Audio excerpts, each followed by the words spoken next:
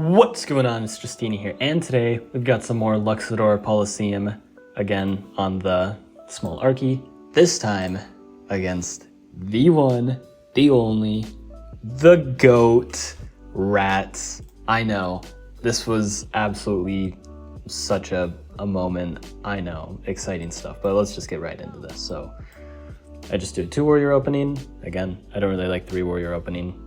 I meet the opponent right away, and I expected that they would hit me here, but they don't. Which is really nice because now I know I can just safely capture the village. I get hunting and fishing pre-cap because I want to just be able to upgrade all of my cities. Get the explorer to see what's up. I see the village there, which they have to get climbing to get, and I see their capital as well, so they likely have some village somewhere in this general area, which they're going to be able to most likely get. And they get climbing. I upgrade my capital, and I'm going to upgrade my next city there. I'm in a nice 9-star per turn on turn 4. Pretty good. And I'm getting on the water as soon as I can. They get a workshop here, which is very surprising. And I do know that there's likely going to be some village here. The shorelines kind of indicate that. But I'm not actually able to beat them there.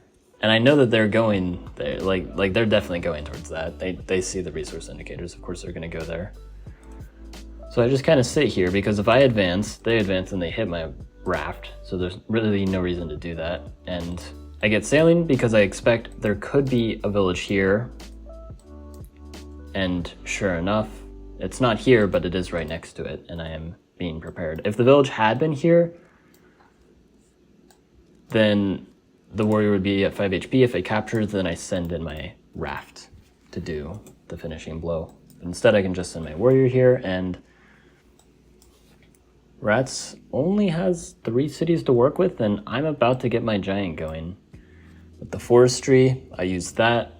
I did some math, and I believe that was the better play, mostly because I get the giant here, which is worth it.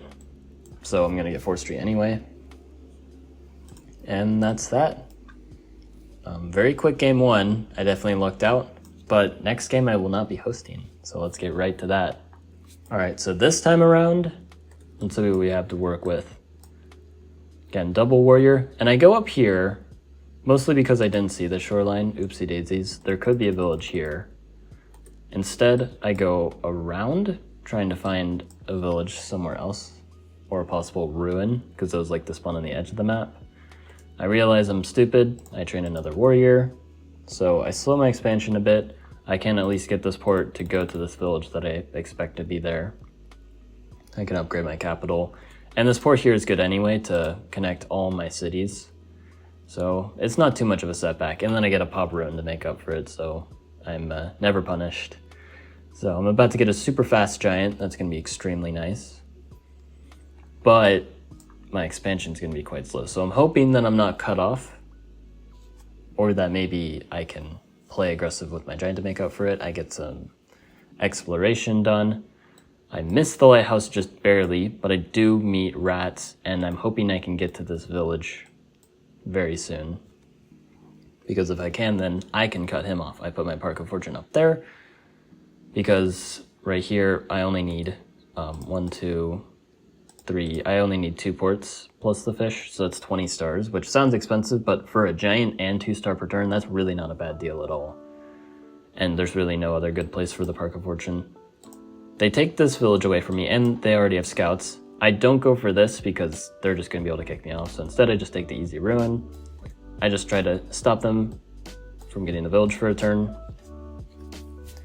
And again, I go for that upgrade, slap down the ports, get that giant going, and they kick me off of the village. No surprise, I get a vet sword, which is kind of bad, but because I placed the port here earlier, I can send it over there, so it's not the end of the world.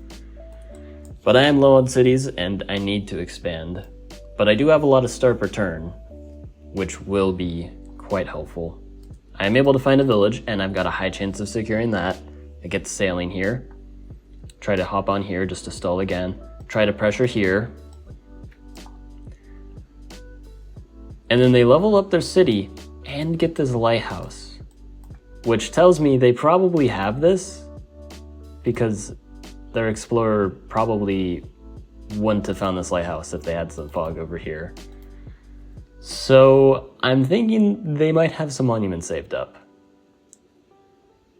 And what further confirms my suspicion is when they hit my giant, connect the city, upgrade it, and then look at how they move. They move here, just on the starfish. And they, most importantly, keep all these rafts nearby. If they just have a single warrior like here or here, which they could have one, there's a land tile here. If I go in with this giant, they can block 1, 2, 3, then send a warrior in for 4, and then poof, my giant with the help of 2 monuments, or like a monument plus 16 stars in the form of a fish and 2 ports. They have the means of doing it, so I actually cannot siege them here. Had I not recognized that, probably would have cost me the game. But instead, now I'm starting to actually get a strong position because I'm going to be able to secure this city, and I've got some nice pressure on this village as well, which I unfortunately have to let them have. And yeah, sure enough, look at that giant there. They workshop that city, which I actually don't understand why they would workshop it or upgrade it in the first place. It's just going to get snagged. Although there's some justification, even, hold on. No, I don't agree with workshop here at all. I think their idea, if I'm not mistaken, was that they wanted to pop a giant here, but the issue is, and why they upgrade is because they don't want me to block resources, but the issue is I block the resources anyway. This was a conscious decision, not just, oh, I stumbled. No, I did this with the intention of I don't want to run into another giant push. I figured they have still 1 monument in their pocket.